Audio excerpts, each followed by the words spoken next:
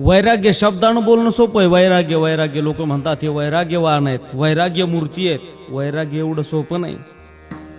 वैराग्याची व्याख्या आपल्याला सहज करता येते. यह लोकापासून तर परलोकापर्यंतच्या भोगाच्या इच्छेच्या त्यागाला वैराग्य असं म्हणतात. हे म्हणणं सोपं आहे, पण ज्यावेळेस विषय डोळ्यासमोर उभे राहतात त्यावेळेस मनाला आवर घालणं याला म्हणायचं वैराग्य. पण हे मनाला आवर घालणं सोपं नाही, म्हणून तर त्याला वैराग्याला श्रेष्ठ अशा प्रकारचं म्हणतात. एकदा बादशहा अकबर बादशहा त्यानं 2 मांजरं पाळली आणि मांजराला असं शिक्षण दिलं, जेवायला बसल्याच्या नंतर ते 2 मांजरं त्याच्या जवळ येऊन बसायचे.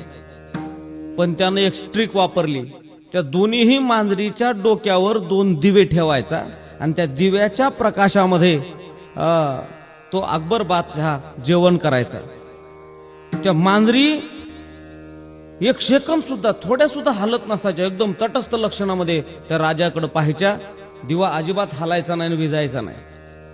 आणि एके दिवशी अकबर बादशहा बिरबलला म्हणाले, बघ म्हटले, मी अशी मांजरीला ट्रीटमेंट दिली, म्हणले असे शिकवलंय की मी त्यांच्या दिव्याच्या उजाडामध्ये त्यांच्या डोक्यावर दिवा ठेवून मी सुंदर अशा प्रकारचं जेवण करतो.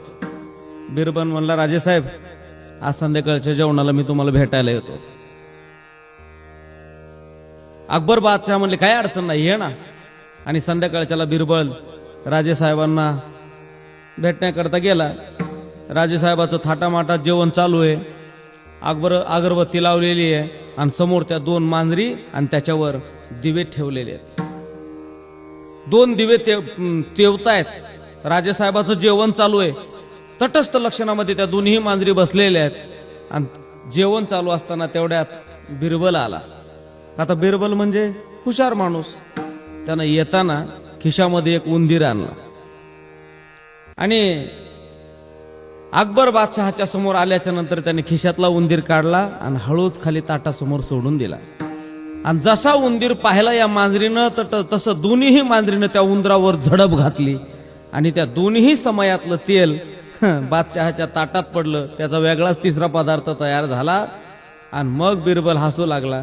म्हणला, राजेसाहेब तुम्ही म्हणले ना ह्यांना खूप तटस्थ लक्षणामध्ये हे बसतात आणि मी जेवण करतो, हालत डुलत नाही. एवढं सोपं नसतं राजेसाहेब. वैराग्य म्हणणं सोपं आहे, विषय डोळ्यासमोर आल्याच्या नंतर सुद्धा मन स्थिर राहणं हे खरं वैराग्य. याला वैराग्य म्हणतात. उगच वैराग्य वैराग्य वैराग्य मूर्ती म्हणून चालत नाही. विषय डोळ्याच्या समोर आल्याच्या नंतर त्याचा त्याग होणं हेच खरं सगळ्यात मोठं वैराग्य आहे.